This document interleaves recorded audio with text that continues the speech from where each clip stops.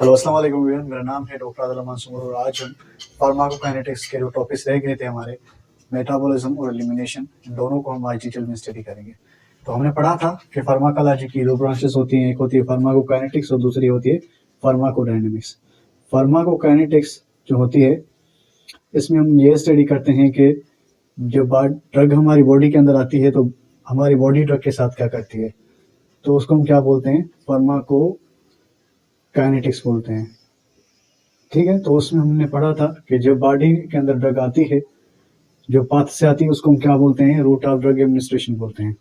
तो root of drug administration के जरिए वो यहाँ तो एंटर होगा या पार एंटर होगा, सिस्टमेटिकली या लोकली ड्रग हमारी बॉडी के अंदर आएगी। जब आएगी तो हमारी बॉडी क्या करेगी, उस ड्रग के साथ उस ड्रग को पहला क्या करेगी, उस ड्रग को एब्जॉर्ब करेगी। मतलब दूसरा पहला प्रोसेस क्या परफॉर्म करती है, एब्जॉर्प्शन, जो हमने डिटेल में स्टडी किया है।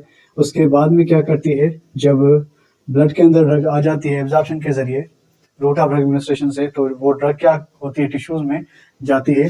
मतलब ब्लड के प्लाज्मा से वो एक्स्ट्रा सेलुलर कंपार्टमेंट में जाती है, एन इंटरस्टेशन और इंट्रासेलुलर फ्लूइड, उसको हम क्या बोलते हैं, प्रोसेस को डिस्ट्रीब्यूशन बोलते हैं।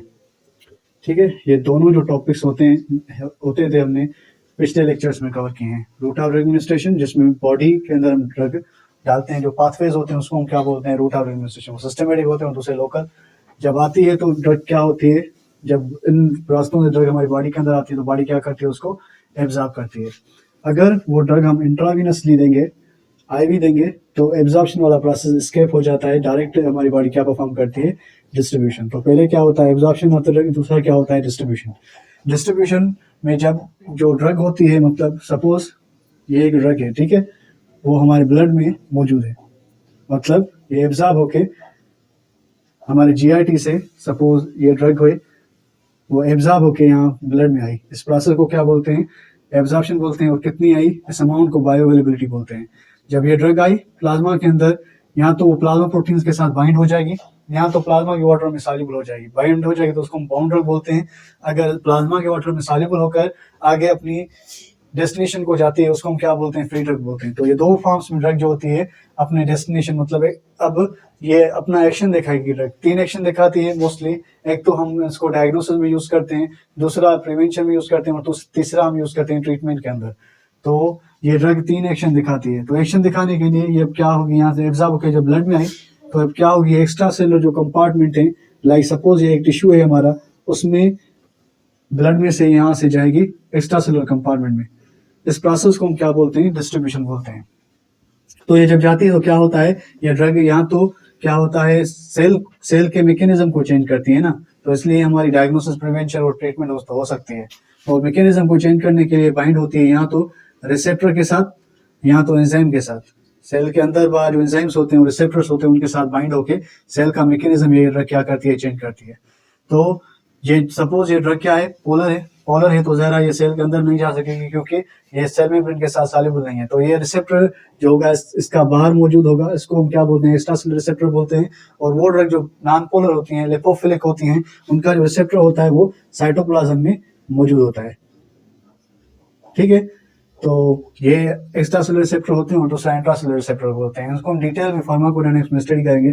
जब ये ड्रग क्या होगी, यहाँ से बाइंड होगी ना इस रिसेप्टर के साथ, और सेल का मैकेनिज्म चेंज करेगी, अपना फार्माकोडायनेमिक प्रोसेस दिखाएगी, एक्शन दिखाएगी हमारी बॉडी के अंदर ड्रग आके इस रिसेप्टर या एंजाइम के साथ बाइंड होगी।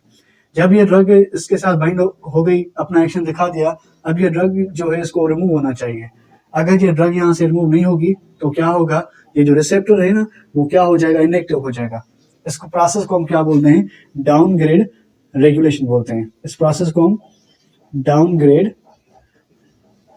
रेगुलेशन बोलते हैं। मतलब वो प्रोसेस जिसमें जो ड्रग है ना अपना प्रोसेस फंक्शन जो है वो डिक्रीज कर जाए, इस प्रोसेस को हम क्या बोलते हैं, डाउनग्रेड रेगुलेशन बोलते हैं। जब ये इंटरनली क्या हो जाएगी, डाउनग्रेड रेगुलेशन, तो ये एक्सटर्नल जो सब्सटेंस है ड्रग, ये इसके साथ बाइंड होगा पर नॉर्मल एक्शन नहीं दिखा सकेगा। इस प्रोसेस को क्या बोलते हैं, डाउनग्रेड रेगुलेशन बोलते हैं, नंबर वन।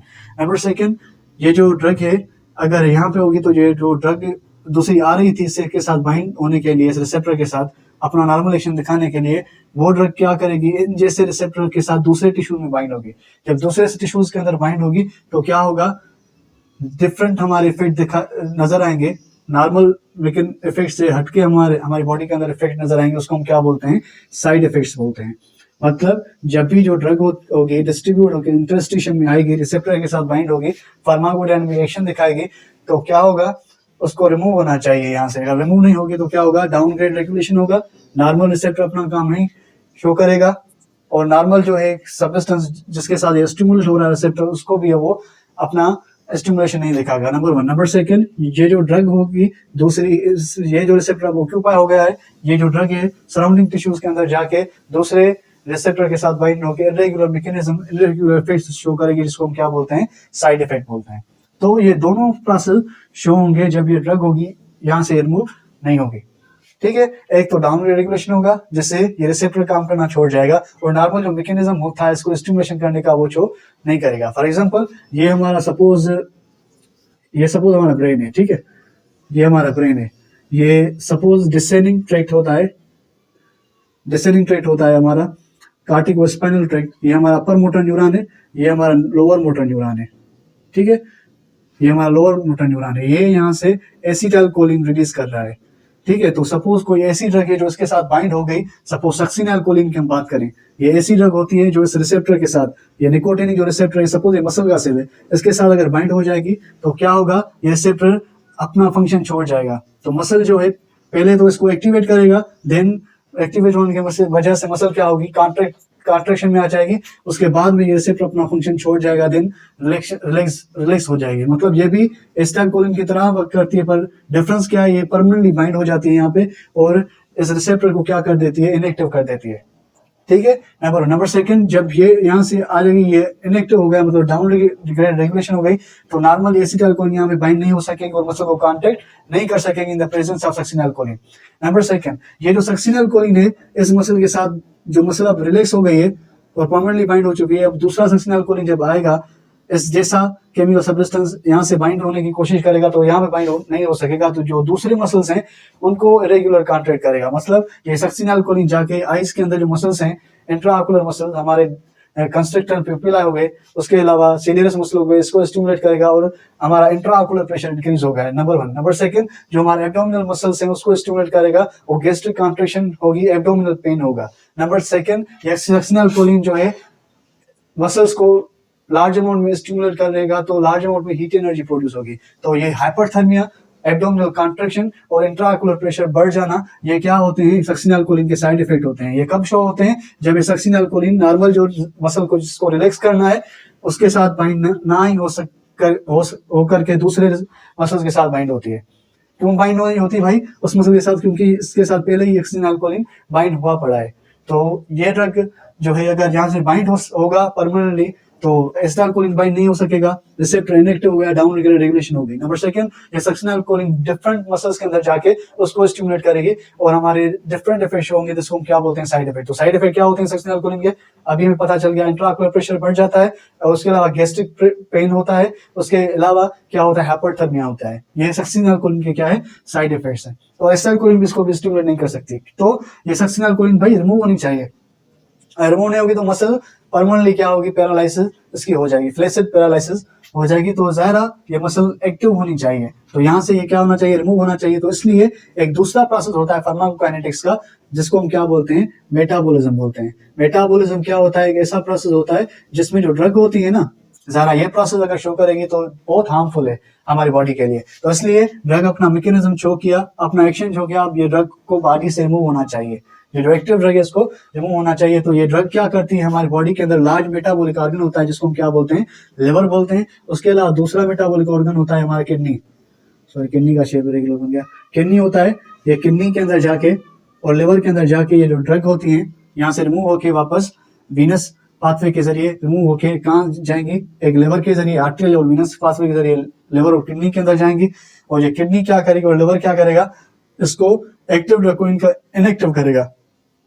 कैसे इनएक्टिव करेगा भाई, ये जो ड्रग है पहले पोलर है, इसको और पोलर करेगा। जब और पोलर हो गई तो नॉर्मली जो है टिश्यूज को ये क्रॉस कर नहीं सकेगी और इंटरस्टिशियम में इसकी कंसंट्रेशन डिक्रीज हो जाएगी। नंबर 2, ये ड्रग जब पोलर हो गई, इसका स्ट्रक्चर चेंज हो गया। अब ये ड्रग है ना, यहाँ से नॉर्मल रिसेप्टर के साथ बाइंड नहीं होगी तो ये बॉडी से निकलनी चाहिए, तो चौथा प्रोसेस होता है हमारा जिसको हम क्या बोलते हैं, एलिमिनेशन बोलते हैं। मतलब ये क्या होता है मेटाबॉलिज्म, ऐसा प्रोसेस जिसमें जो ड्रग है ना उसकी केमिकल कंपोजिशन चेंज हो जाए, मतलब जो एक्टिव ड्रग है वो इनएक्टिव हो जाए, पोलर बन के, स्ट्रक्चर चेंज बन के, और बॉडी से ताकि वो रिमूव हो, ऐसे यानी इसका एलिमिनेशन हो, ऐसे प्रोसेस को हम क्या बोलते हैं, मेटाबॉलिज्म बोलते हैं। और उसके बाद में क्या होता है, ड्रग का एलिमिनेशन होता है। अगर ये ड्रग लिवर के जरिए मतलब इसका मेटाबॉलिज्म होगा, तो जो बिलियरी सिस्टम है, बिलियरी ट्रैक्ट है, फीकल मैटर के जरिए जो है ड्रग क्या होगी, बॉडी से एक्सक्रीट हो जाएगी। मतलब ये बाइल के जरिए, ये जो ड्रग है, यहाँ में हमारा पेंक्रियाज होता है, ये जो ड्रग है बाइल के जरिए क्या हो जाएगी, फीकल मैटर के जरिए एक्सक्रीट हो जाएगी। उसके अलावा ये पोलर होकर क्या करेगी, किडनीज के अंदर जाके यूरिन के जरिए एक्सक्रीट हो जाएगी। तो इस प्रोसेस को हम क्या बोलते हैं, एलिमिनेशन या एक्सक्रीशन बोलते हैं, जो मेटाबॉलिज्म के बाद होता है। मतलब metabolism is very important process. Why? Because if it not occur then drug will accumulate and cause a downward regulation in the body, and hence the receptor cannot be activated by normal mechanism. And number second, side effects, a lot of side effects have been shown by the drug. So for that purpose, drug has been goes towards the liver and other metabolic organ, and there is a process occur in the drug that is called biotransformation reaction. And by the means of biotransformation reaction, the drug changes its structure and composition, and the drug becomes so much polar it cannot cross the normal biological membranes, and then they are ready to eliminate from the body. And fourth process start that is called excretion. ठीक है, तो ये process होते हैं हमारे metabolism, और दूसरा elimination होता है। मेटाबॉलिज्म क्यों होता है, ताकि ड्रग डाउन रेगुलेशन शो ना कर सके और साइड इफेक्ट उसके ना हो। उसके बाद में जब मेटाबोलाइज होगी तो ये अब नॉर्मल मैकेनिज्म शो नहीं करेगी, तो ये बॉडी से क्या होगी, एलिमिनेट हो जाएगी। उस प्रोसेस को हम क्या बोलते हैं, एलिमिनेशन या एक्सक्रीशन बोलते हैं। तो चारों प्रोसेस को मिलकर हम क्या बोलते हैं, फार्माकोकाइनेटिक्स बोलते हैं। ये तो हमारा हो गया भाई, एक्टिव ड्रग थी, बॉडी रूट ऑफ एडमिनिस्ट्रेशन से आके उसकी एब्जॉर्प्शन हुई, डिस्ट्रीब्यूशन हुई, मेटाबॉलिज्म हुई, उसके बाद में एलिमिनेट हो गई। पर जो कुछ ऐसी ड्रग्स होती हैं जो नॉर्मली इनएक्टिव फॉर्म में हम लेते हैं, इनएक्टिव फॉर्म में लेते हैं तो एब्जॉर्ब होकर डिस्ट्रीब्यूट होकर हमारे लिवर के अंदर जीआरटी के जरिए, पोर्टल सिस्टम के जरिए जाके लिवर के अंदर वो क्या होती हैं, इनएक्टिव से एक्टिव होती हैं। उसके कोई एग्जांपल है? हाँ भाई, एग्जांपल बहुत सारे हैं। अगर हम एग्जांपल को देखें, एक हमारी ड्रग है क्लोपिडोग्रेल। क्लोपिडोग्रेल या क्लोपिडोग्रेल ये क्या है, बेसिकली हमारी एक प्रो ड्रग है, इनएक्टिव ड्रग जो बॉडी के अंदर आके एक्टिव होती है ना, प्रो ड्रग बोलते हैं। ठीक है, तो ये क्या है, क्लोपिडोग्रेल एक हमारी प्रो ड्रग है। ये क्या करती है, जो नॉर्मली जो प्लेटलेट्स होते हैं ना, ये एक दूसरे के साथ स्टिक हो जाते हैं। तो एक दूसरे के साथ स्टिक होते हैं तो नॉर्मली एक रिसेप्टर होता है, एडीपी रिसेप्टर, एडीपी पाथवे होता है प्लेटलेट्स के अंदर। जब हम कोगुलेशन का कास्केड पढ़ेंगे, उसके अंदर एंटी कोगुलेंट ड्रग पढ़ेंगे, उसको हम डिटेल में स्टडी करें। पर यहाँ पे आपको ये समझना चाहिए, जब प्लेटलेट एक्टिव होता है ना, तो नॉर्मली वो क्या रिलीज करता है, थ्रोम्बोऑक्सिन A2। उसके अलावा क्या प्रोड्यूस करता है, एडीपी। ये थ्रोम्बोऑक्सिन A2 की वजह से क्या होता है, बेसिकली जो ग्लाइकोलिपिड, ग्लाइकोप्रोटीन और ग्लाइकोलिपिड के जो रिसेप्टर्स होते हैं ना, हमारे ग्लाइकोप्रोटीन 1, उसके अलावा ग्लाइकोप्रोटीन 2, 3, ये जो रिसेप्टर्स होते हैं थ्रोम्बोऑक्सिन A2 की वजह से क्या हो जाते हैं, एक्टिवेट हो जाते हैं। तो एक्टिवेट होने की वजह से ये प्लेटलेट एक दूसरे के साथ स्टिक हो जाते हैं। उसके अलावा एडीपी जो पाथवे है उसकी वजह से भी प्लेटलेट्स एक्टिव हो जाते हैं। उसके अलावा क्या होती है, उसमें स्टिकीनेस प्रोड्यूस हो जाती है। तो क्लोपिडोग्रेल क्या करती है, इस एडीपी पाथवे को बंद करती है। अगर ये बंद हो जाएगा तो एडीपी पाथवे के जरिए प्लेटलेट एक्टिव नहीं होंगे, वो उसके साथ स्टिक नहीं हो सकेंगे। तो बेसिकली एंटी प्लेटलेट ड्रग है, जो लिवर के अंदर जाके क्या होती है, एक्टिव होती है। देन ये क्या करती है, प्लेटलेट्स को इनहिबिट करती है। तो ये क्या है, हमारी प्रो ड्रग है। उसके अलावा दूसरी कोई ड्रग है, हाय भाई, एक दूसरी ड्रग है जिसको हम क्या बोलते हैं, कैप्टोप्रिल बोलते हैं। एक बहुत सारी ड्रग है, आहिस्ता आहिस्ता जब हम चैप्टर्स को कवर करेंगे उसमें हमें पता चलेगा कौन सी ड्रग प्रो ड्रग है। एक तो हमने क्लोपिडोग्रेल पता चल गया। उसके अलावा दूसरी हमारी ड्रग होती है एंटी हाइपरटेंसिव, जिसको हम क्या बोलते हैं, कैप्टोप्रिल बोलते हैं। कैप्टोप्रिल ये भी क्या होती है, हमारी प्रो ड्रग होती है। तो प्रो ड्रग होती है, क्या करती है, बेसिकली एक एंजाइम होता है हमारा एंजियोटेंसिन कन्वर्टिंग एंजाइम। एंजियोटेंसिन, ये जो लंग्स होती है ना, लंग्स की जो कैपिलरीज होती हैं, यहाँ पे एक एंजाइम होता है, उस एंजाइम को हम क्या बोलते हैं, एंजियोटेंसिन कन्वर्टिंग एंजाइम बोलते हैं। तो ये क्या करता है, बेसिकली नॉर्मली आपको पता है जो किडनी होती है रेनिन प्रोड्यूस करती है, और लिवर जो एंजियोटेंसिनोजन प्रोड्यूस करता है। तो ये जो किडनी जो रेनिन प्रोड्यूस करती है, ये एंजियोटेंसिनोजन को कन्वर्ट करती है एंजियोटेंसिन 1 में। एंजियोटेंसिन 1 में जो एंजियोटेंसिन 1 क्या करते हैं, ये हमारे लंग्स की जो कैपिलरीज हैं, पल्मोनरी सर्कुलेशन में लंग्स में जाके जो कैपिलरीज हैं, वहां पे एंजाइम होता है एंजियोटेंसिन कन्वर्टिंग एंजाइम। वो क्या करता है, एंजियोटेंसिन 1 को कन्वर्ट करता है एंजियोटेंसिन 2 में जब एंजियोटेंसिन 2 एक्टिव हो गया तो ये क्या करता है, एड्रिनल कॉर्टेक्स में से अल्डोस्टेरोन रिलीज करवाता है, वेसोकॉन्स्ट्रिक्शन करवाता है, ब्लड प्रेशर इंक्रीज हो जाता है। तो बेसिकली जो हाइपरटेंसिव पेशेंट है ज़्यादा, उसका ब्लड प्रेशर ऑलरेडी इंक्रीज है, तो हम क्या करते हैं, उसको एलसी इनहिबिटर देते हैं। तो कौन सा है होता है हमारा कैप्टोप्रिल, वो भी क्या करता है, लिवर के अंदर जाके एक्टिव हो जाता है। तो ये भी क्या है हमारा बायो ट्रांसफॉर्मेशन, मतलब ये मेटाबॉलिज्म वाला प्रोसेस है, और इसमें क्या होता है, इनएक्टिव ड्रग एक्टिव होती है। तो ओवरऑल अगर हम मेटाबॉलिज्म को डिफाइन करें in the terms of pharmacology, तो ऐसे डिफाइन करेंगे, the process in which drug become changed, bio transformed in such a way the active drug become inactive in order to eliminate from the body, and inactive drug like prodrug become active in order to perform their pharmacodynamic action. Such process is called metabolism, and the reaction which takes place in order to do this process is called biotransformation reaction. And then अगर active drug होगी, inactive होकर क्या होगी, उसकी elimination होगी। अगर active drug है, inactive होगी, उसकी एलिमिनेशन होगी। उसके अलावा अगर इनएक्टिव ड्रग है, वो एक्टिव होकर अगेन उसका क्या होगा, बायो ट्रांसफॉर्मेशन, देन वो क्या होगी, इनएक्टिव होकर हमारी बॉडी से निकल जाएगी। तो इसको हम क्या बोलते हैं, मेटाबॉलिज्म बोलते हैं। एंड देन एलिमिनेशन होता है, और ये जो रिएक्शन होता है इसको हम क्या बोलते हैं, बायो ट्रांसफॉर्मेशन रिएक्शन। अभी हम डिटेल में स्टडी करेंगे जो बायो ट्रांसफॉर्मेशन रिएक्शन होता है, ये कैसे होता है, इसका कौन से टाइप्स होते हैं, और कैसे जो ड्रग रहती है वो इनएक्टिव से एक्टिव होती है, और कौन कौन से फैक्टर्स होते हैं जो इससे बायो ट्रांसफॉर्मेशन रिएक्शन को चेंज करते हैं। तो अभी हम वो डिस्कस करेंगे।